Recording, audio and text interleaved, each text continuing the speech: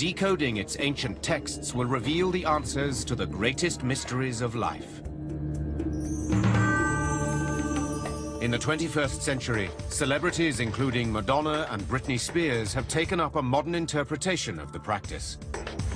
Yet the spread of Kabbalah has resulted in controversy.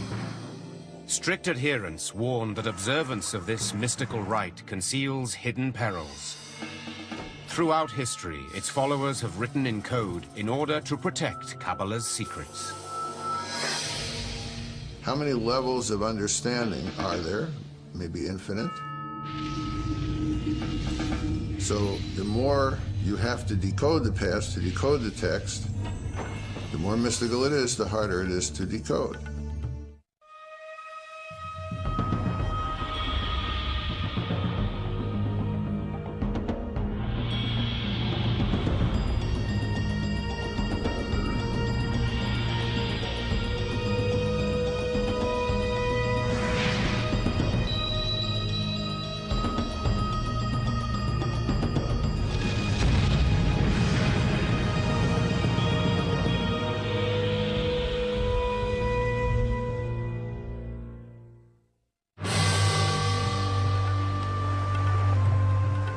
In Babylon, at the beginning of the 6th century BC, a young Israelite called Ezekiel had a vision. As I looked, behold, a stormy wind came out of the north, and fire flashing forth continually, and in the midst of the fire there was a throne. Sitting on the throne was a figure that looked like a man. Ezekiel thought he had peered into heaven and seen God seated on his throne.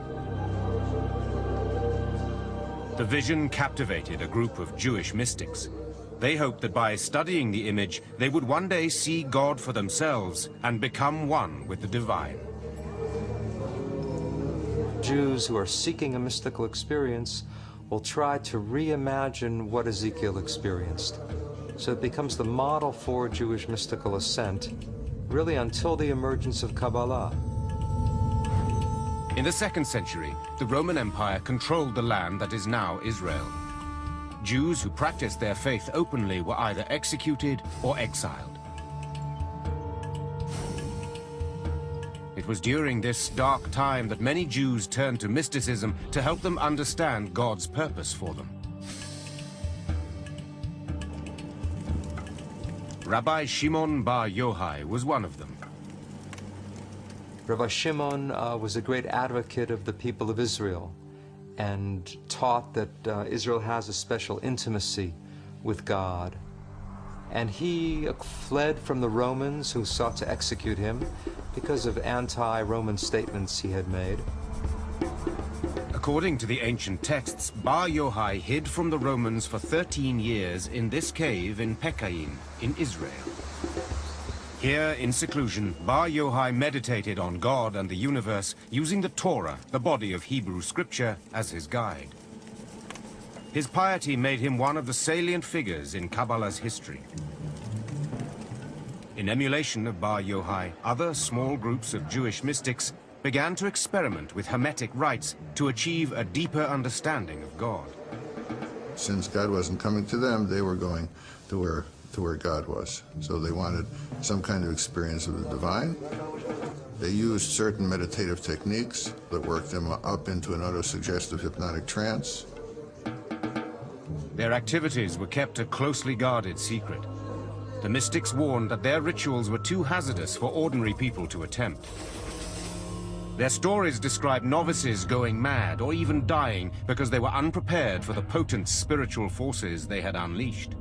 If you're not pure enough, if you're not modest enough, then God might not accept you, then God might not let you go through that journey. Through meditation, the mystics believed they had achieved a vision of God similar to the one experienced by Ezekiel. In this vision, the entrance to heaven is blocked by a series of gates. The acolytes must pass through them in order to reach heaven. The entrance is also guarded by avenging angels who keep the unworthy from entering paradise. Before the mystics can advance, they have to learn the convoluted names of all the angels. Each name must then be repeated an exact number of times. The mystics would wear amulets that would shield them from the power of the angels.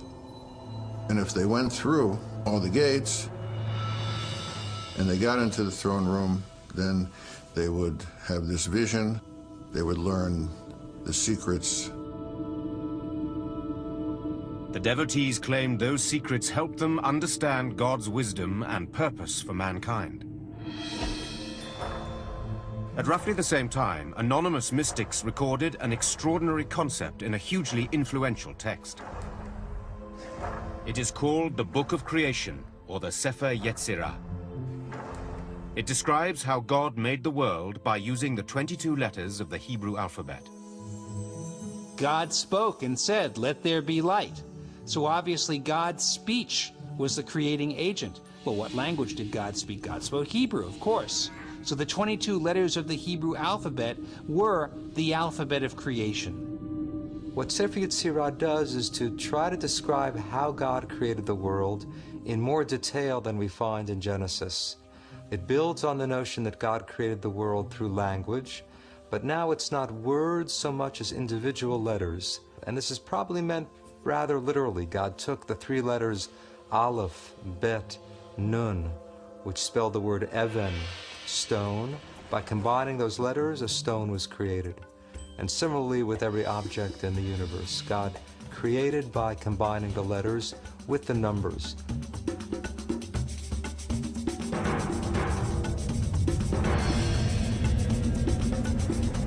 Rabbis believed the teachings of the Sefer Yetzirah were too powerful for ordinary folk to experience, and they were kept hidden from view. The Book of Revelations remained concealed for hundreds of years.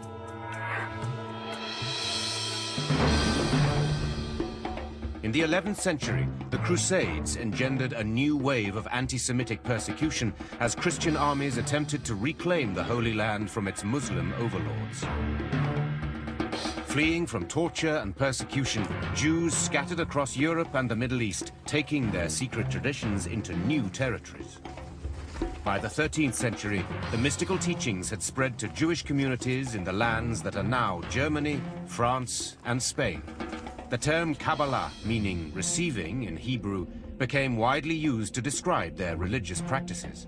We're really talking about a small group of Jewish teachers, rabbis, spiritual people who were gathering the earlier traditions, developing techniques of meditation, and reimagining God in some very startling ways.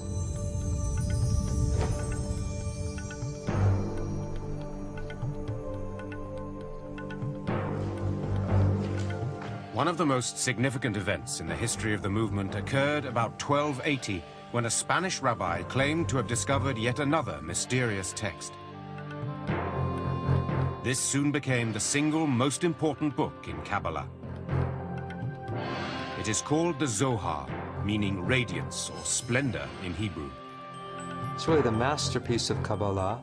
The ideas of the Zohar are very radical and very startling. Written predominantly in Aramaic, its pages are crammed with arcane symbolism and highly erotic language.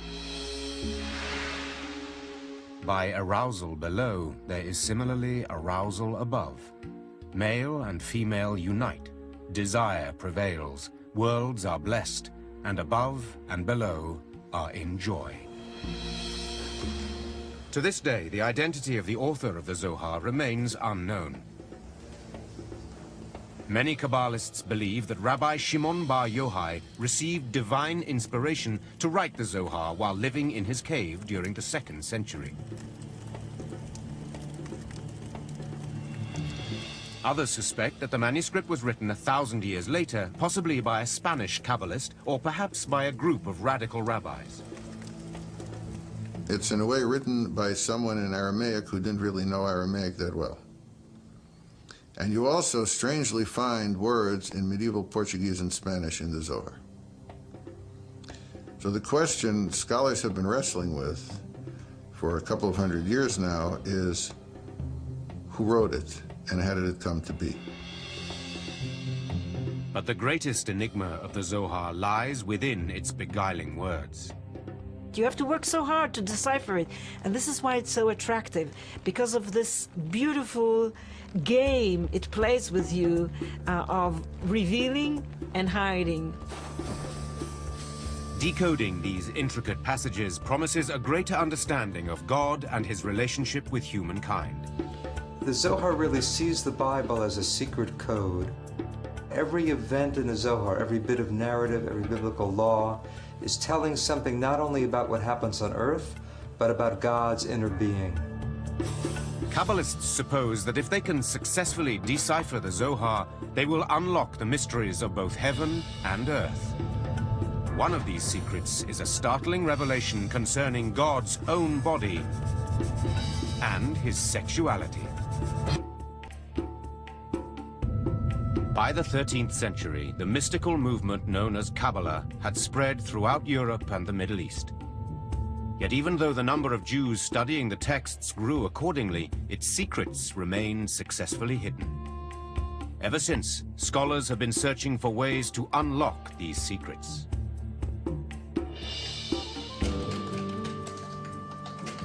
In Berkeley, California, Daniel Mack works, surrounded by copies of the Zohar, the most revered manuscript in Kabbalah. His bookshelves are filled with versions and commentaries in Aramaic, Hebrew, English, and French. They come from libraries all over the world. He hopes to complete the first English translation of the Zohar based on original Aramaic manuscripts. This ambitious work is the latest attempt to understand a book that has perplexed scholars for over 700 years. I don't want to ruin the mystery or the strange, cryptic quality of the Zohar, but I'm trying to make it accessible to a contemporary reader. The Zohar is perhaps the most difficult of all Jewish texts to translate. Most of its roughly 2,000 pages are in Aramaic, an obscure language that may have been used deliberately to further confound efforts to decipher it. On the surface, the Zohar is a novel which follows Rabbi Shimon Bar Yochai and a group of other rabbis on a journey through the Holy Land.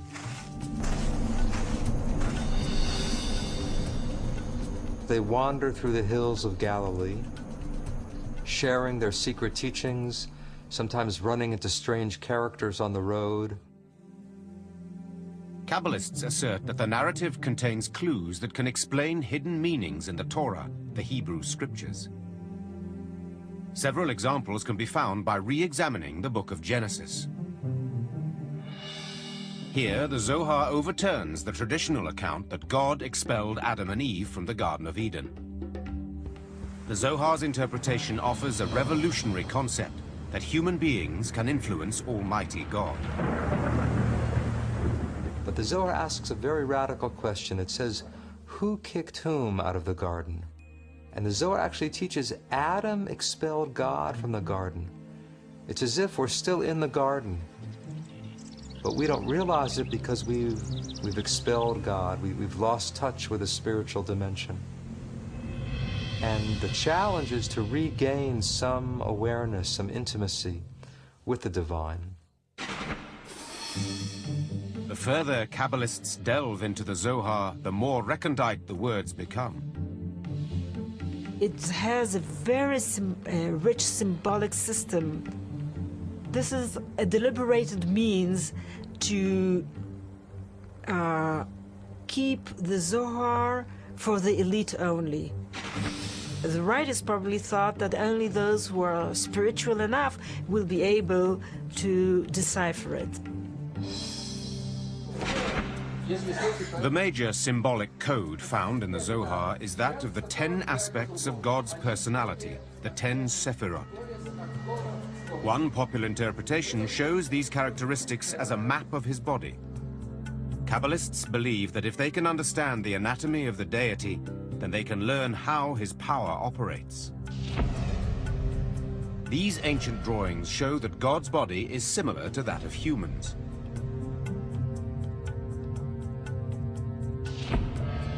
The top symbolizes his head, which is the source of will, wisdom, and understanding. Below are symmetrically arranged organs and limbs, representing love, power, beauty, eternity, and splendor. The most controversial element of the diagram indicates sensuality. The ninth part of God, called the foundation, is the phallus, the procreative life force of the universe. But according to the Sephirot, he also has female components. The final element, often called Shekinah, is depicted as the feminine side of God. This image challenges the conventional worldview of a strictly masculine supreme deity. What we find for the first time is that this feminine aspect, the feminine consort of God, is divine and is part of the divinity. So to unite the male and female halves of God, this becomes the goal of the whole system of the Sephirot. And the Zohar describes that union in very graphic terms. There really is a romance within God and a sexual union, and that's a striking element of the Zohar, probably led to its wide appeal in some ways. This complex system supported the Kabbalist theory that human beings can affect divine action. Students of the Zohar believe that human actions can unite the masculine and feminine halves of God. How are the two halves of God united? Through human virtue, through loving one's neighbor, through helping the poor, through observing the Sabbath, through various interpersonal and ritual commandments, one brings together these two halves of God. You might say that this is how we actualize the divine potential in the world. The idea that God is dependent on man clashes headlong with traditional religion that sees God as omniscient and omnipotent.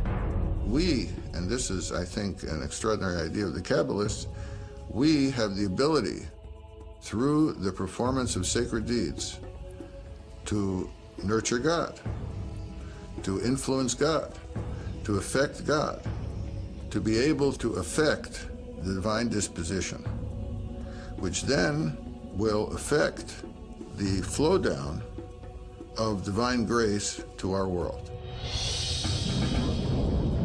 But accordingly, the wickedness of humans can also create disorder.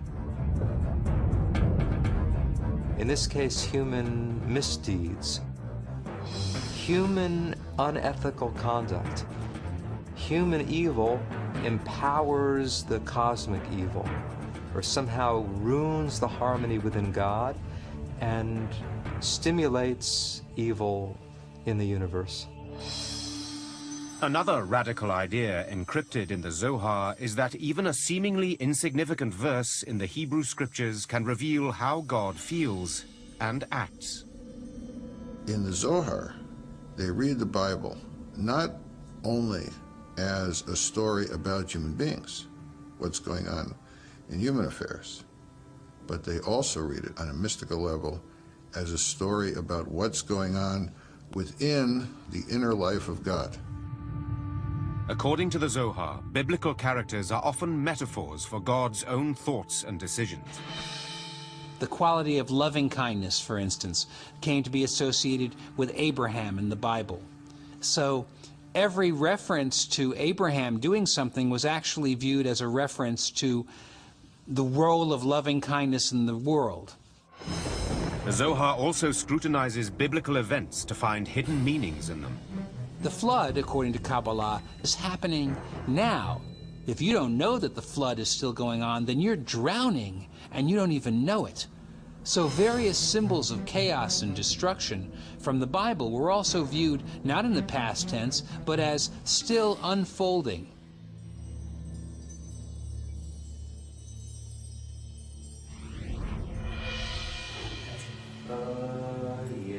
While mystics continued to explore the secret codes of the Zohar, another 13th century Spanish Kabbalist was devising a new method for uniting the human self with the divine.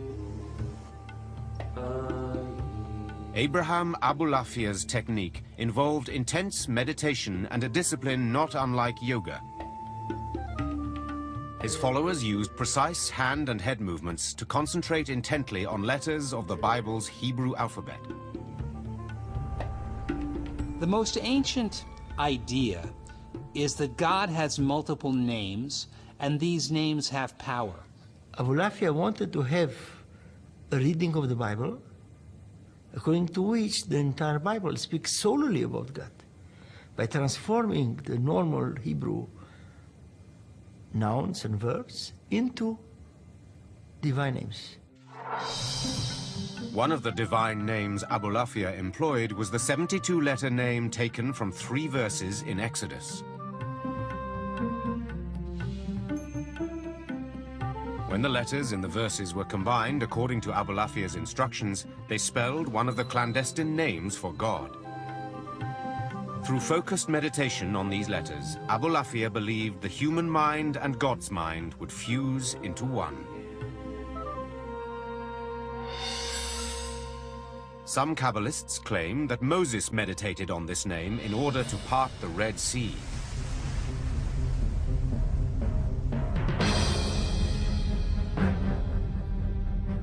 At the height of the Spanish Inquisition, King Ferdinand and Queen Isabella declared that all Jews must either convert to Christianity or be expelled. During 1492, over 100,000 Jews fled Spain. Once again, religious persecution influenced the spread of Kabbalah's teachings. A century later, many Kabbalists would use their techniques to call forth the promised Messiah.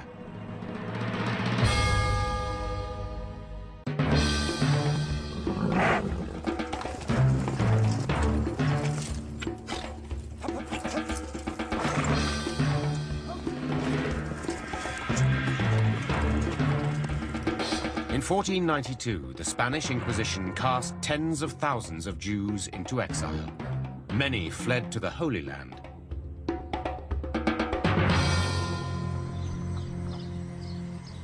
"90 miles north of Jerusalem, in Galilee, Jewish mystics known to be Kabbalists settled in the town of Safed.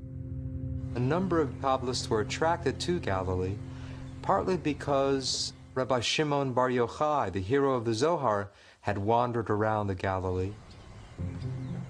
Today, the dusty, winding streets of Safed are thronged by artists and lined with craft galleries. 500 years ago, however, Kabbalists were sure that the Messiah would one day walk these streets. One of the scriptures, it is being said that the Messiah, when the Messiah will come to Jerusalem, he will first appear in the Galilee. So they sort of want to be the first ones to catch him. The mystical text known as the Zohar taught that good deeds increased God's power on earth. Based on this philosophy, Kabbalists hoped that a life of piety would bring forth the Messiah. Kabbalists in Safed strove to become a perfect religious community. The feeling was that people have to help God bring the Messiah. They have to be pure enough. They would be up at midnight to say the prayers, and then up again at dawn to pray with the rising of the sun. Kabbalah masters in Safed instructed their followers to engage in frequent meditation, fasting, and complete adherence to the Torah. The most famous leader was Rabbi Isaac Luria from Jerusalem. By the time Luria began work in Safed in 1570, he was already regarded as one of the most significant religious teachers of the century. As a young man, Luria had spent several years as a hermit in seclusion near Cairo. There, Kabbalists say, Luria studied the Zohar and had visions of angels and prophets. There's some evidence that he used the Zohar as sort of a mantra, that he would take passages of the Zohar and repeat it over and over again until he got deep inside it. In this trance-like state, Luria acquired extraordinary abilities. Rabbi Isaac Luria, he could look at a person's forehead and read everything about that person. Somewhat like reading the palm. He was a healer. He could tell people's past lives and what has to be fixed. Luria believed that understanding a person's previous life would provide insight into their current problem. He taught a theory of reincarnation in which he claimed that every individual descended from a particular soul root after Adam and Eve. You're descended from either Cain or Abel, or you're descended from the three sons of Noah, Shem, Ham, and Japhet. So you have at least 5 options, if not more, of a basic soul root, and that soul root determines your essential nature. With Luria as a guide, many Kabbalists searched for links to their past. These burial sites around Safed took on great significance as Kabbalists tried to find the location of their previous incarnations. They would take on the soul of the deceased who was lying there and speak with that person's voice. To this day, gravesite rituals continue around Safed. Devotees come on pilgrimage from many parts of the world.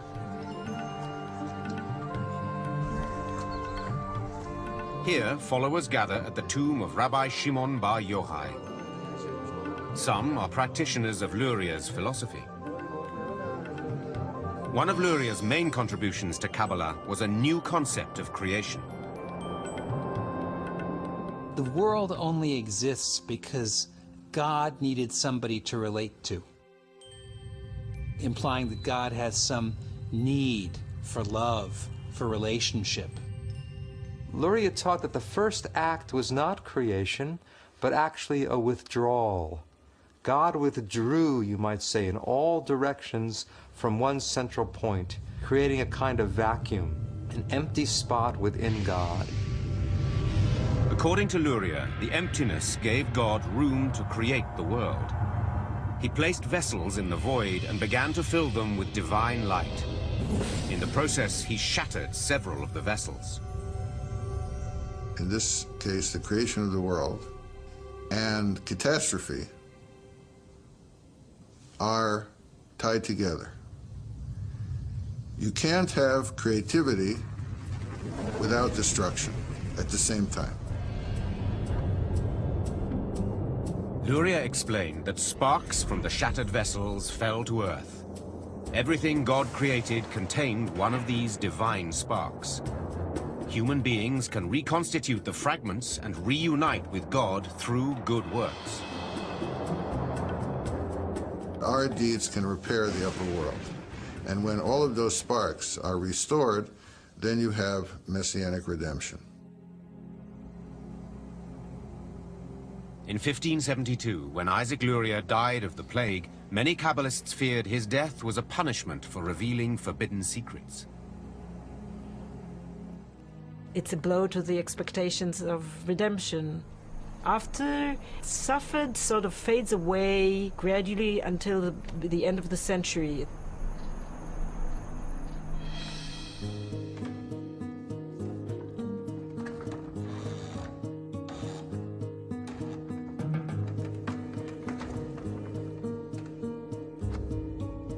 The invention of the printing press enabled the rapid spread of the philosophy of the Kabbalah as never before.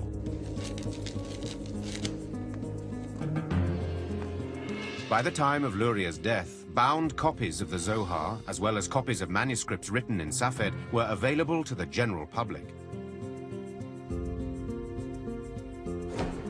Kabbalah seemed to have finally come out of hiding. By the 16th century, Kabbalah's mystical ideas had reached most of the Jewish communities in the world. Its followers practiced the rite throughout Europe, North Africa, and the Middle East. In the coming century, Kabbalah would spread like religious wildfire. But in the wrong hands, its teachings would have disastrous repercussions.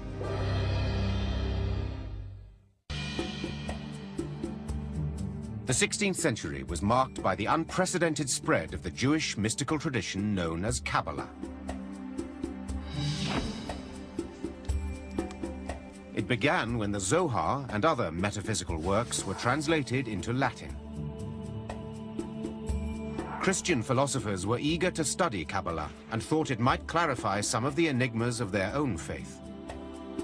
They're very much interested in Kabbalah, especially as the Zohar is perceived as a text that was written more or less in that period of Jesus Christ. Hence, they assume that there is an uncontaminated, pure Judaism of the time of Christ, which entails the truths of Christianity. This assumption was the foundation of what is often called Christian Kabbalah. Renaissance thinkers also used Kabbalah to better understand the works of Pythagoras and Plato, whose philosophical thinking mirrored certain aspects of Jewish mysticism. Some historians claim the philosopher Gottfried Leibniz, who invented calculus, and even Isaac Newton studied Kabbalistic ideas. I wouldn't assume that modern science is based on Kabbalah, but certainly the people who created modern science and modern philosophy, there was an interest in Kabbalah. Meanwhile, Kabbalah was also being studied by two men who would unwittingly cause one of the worst catastrophes in Kabbalah's history. Shabbatai Tzvi was born in what is now Izmir in Turkey in 1626. As a young man, Tzvi suffered from recurring nightmares about demonic attacks. He turned to the Zohar for explanation and solace.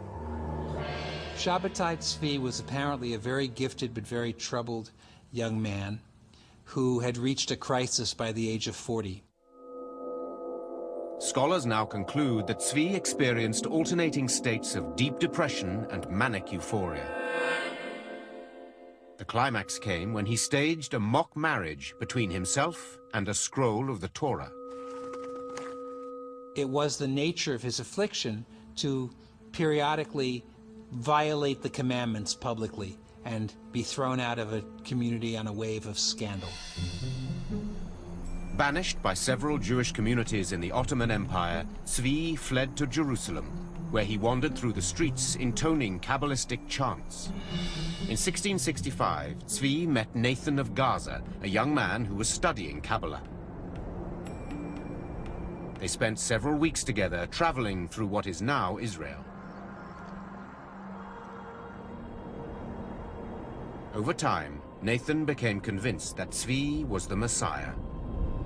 He proclaimed to crowds of people that the Messiah had indeed arrived. The good news sped from synagogue to synagogue in the Ottoman Empire, and then it spread to Europe.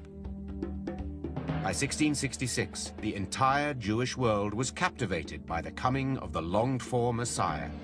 Shabbatai Tzvi was a manic depressive, but a very charismatic manic depressive, and a lot of people gathered around him. Other people felt that the time was ripe. In fact, this might be what we've been waiting for.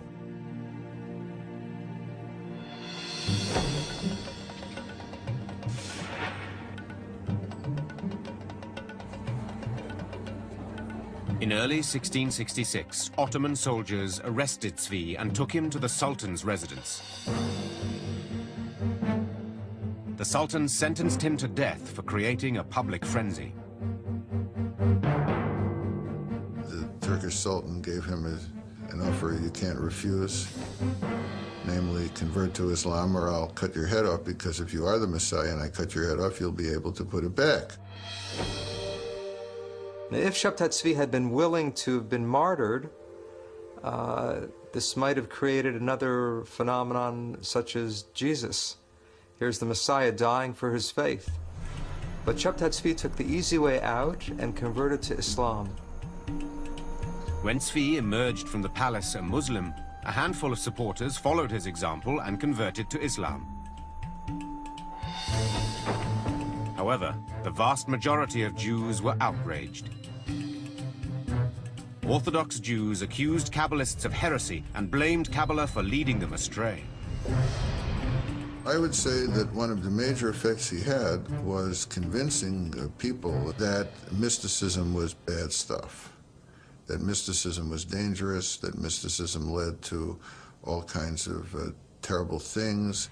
It's at that point that you have the restrictions really put into place more severely about who should study Kabbalah and how widely it could be spread. A few Kabbalistic circles continued to thrive in Eastern Europe, including a group whose practice became known as Hasidism.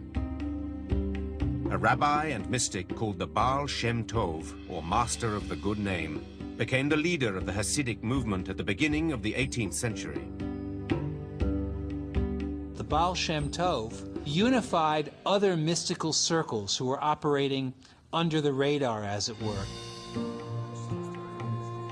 While early Kabbalah had been reserved for the select few, Hasidism took some metaphysical elements of it and made them accessible to ordinary people. Contrary to the strict meditation and hermetic study of early Kabbalah, Hasidism emphasized the celebration of God in everyday life. It also encouraged a more open exchange of Kabbalistic ideas with other faith groups. There's a democratic impulse in Hasidism. Anyone can serve God, anyone is beloved of God, if one discovers the spark.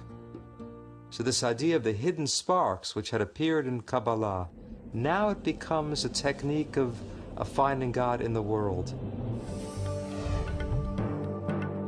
Kabbalah achieved widespread popularity for the first time in the late 1600s. But when the practice became associated with a false messiah, Kabbalists across Europe and the Middle East were shunned and then ignored. For the next 250 years, Kabbalah remained dormant, languishing in the shadows of Jewish life. In the 1930s, a German historian called Gershom Scholem began to rediscover the philosophy of Jewish mysticism. He spent many, many years traveling through the libraries of Europe and cataloging and reading these manuscripts, some of which had simply not been opened for decades or in some cases centuries. You could say that he made this material accessible to the Western world. As Hitler's Third Reich spread terror throughout Europe, Jews found themselves at a loss to understand the persecution, torture, and mass murder endured by their people. Kabbalah's assertion that evil deeds throw the universe out of balance was tragically underscored by the Holocaust. With over 6 million Jews killed, the world wrote one of its darkest chapters between 1933 and 1945. Yet most Kabbalists were also hopeful that the planet could be healed. At times of crisis, at times of suffering, when people are trying to satisfy their own need for order and meaning and fulfillment, mysticism can provide some of the answer to that.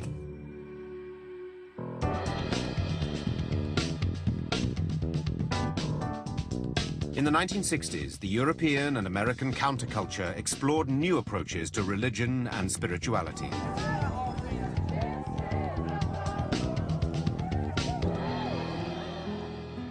One of the seekers after truth was Philip Berg, a rabbi from New York. In the late 1960s, he went to Israel, where he delved into Kabbalah's teachings. Berg soon devoted all his time to studying the ancient rite. His objective was to share Kabbalah with everyone. He reshapes it by presenting it in a way that someone who's not versed in Kabbalistic text and doesn't know much even about Judaism can understand these ideas and apply them for his way of life.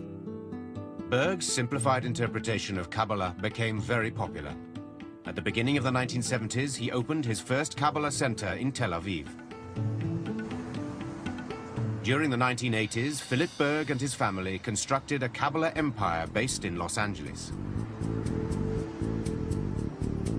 Today, what's known as the Kabbalah Center has several million adherents and operates branches in nearly 100 cities, making it the largest Kabbalistic organization in the world. At the headquarters in LA, Kabbalah has attracted the attention of celebrities seeking a spiritual dimension to their lives. Berg's two sons helped to promote the concept that, unlike the restricted Kabbalah of the past, this new version is open to all. We offer Kabbalah for everyone, without any barriers, race, sex, religion, anything. So we're very excited about the opportunity of bringing this wisdom, which has been hidden, to the masses, by making it accessible, understandable, and practical. But by opening the doors to everyone, the Kabbalah Center has opened itself to some harsh criticism. You have all of these Hollywood people jumping on the Kabbalah bandwagon, but many of them are not Jews and they're not observing Jewish law. Whether they're studying the real Kabbalah, I doubt it. They tend to say, here's a sacred name, here's a sacred practice, that will bequeath to you some Kabbalistic power.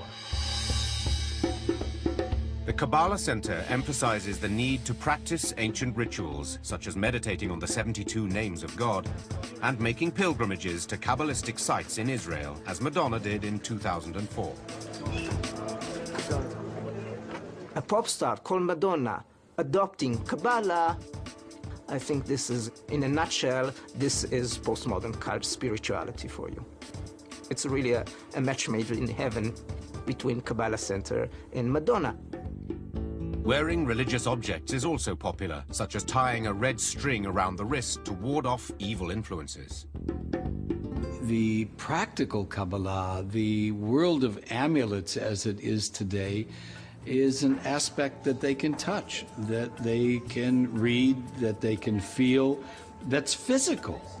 And these are all things for which theoretical Kabbalah doesn't touch them, doesn't reach them. New Kabbalah is study Kabbalah not in order to understand the universe, the secrets of the universe, but in order to find a practical way of making your life better. The decoding of Kabbalah has been a deeply mystical journey for many people for thousands of years, and the mission to control its secret knowledge continues to this day. I think there is a struggle of possession of Kabbalistic knowledge, who's in the possession of interpreting it and explaining its worth and significance to the modern world. Okay, you could have a thought and that can connect you to God.